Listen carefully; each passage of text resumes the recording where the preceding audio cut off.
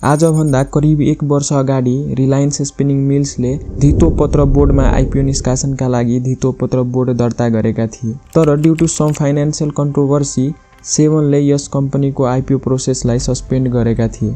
Book building मेथडबाट IPO ल्याउन गइरहेको यस कम्पनीले लिगल केस पनि लडेका थिए। फाइनली मिड 2025 मा पाटन हाइकोर्टले कम्पनीको प्रोस्पेक्टसलाई रिभाइज गरी आइपिओ निष्कासन गर्न अनुमति दिएका थिए। यति सबै भए तापनि कम्पनीको बारेमा अनेकौं नेगेटिभ न्युजहरू स्प्रेड भइरहेको थियो। फाइनली कम्पनीको आइपिओ फरेन इम्प्लोइमेन्टहरूका लागि आइसकेपछि पहिलो 20 देखि 25 मिनटमै ओभर सब्सक्राइब भएको थियो।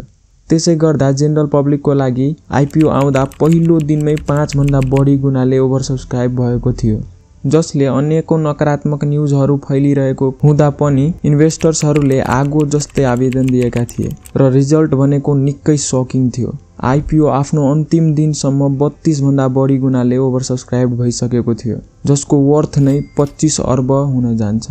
तर यो आइपिओले डाइरेक्टली शेयर मार्केटलाई पनि अफेक्ट गरेको थियो। रिटेल ट्रेडर्सहरूले यी आइपिओ भर्नका लागि सस्तोमै शेयर्स अथवा आइपिओहरू बेचेका थिए। धेरै जसोले ऋण उठाएर आइपिओ भरेका थिए। तर पनि आइपिओ पर्ने चान्सेस भनेको 3% सम्म मात्र रहेको छ, जसमा बढी भन्दा बढीको हात खाली नै रहनेछ। तर एज अ स्मार्ट ट्रेडर हेर्ने हो भने अहिलेको समयमा बेस्ट अपर्च्युनिटी भनेको सेकेन्डरी मार्केटमा रहेको छ।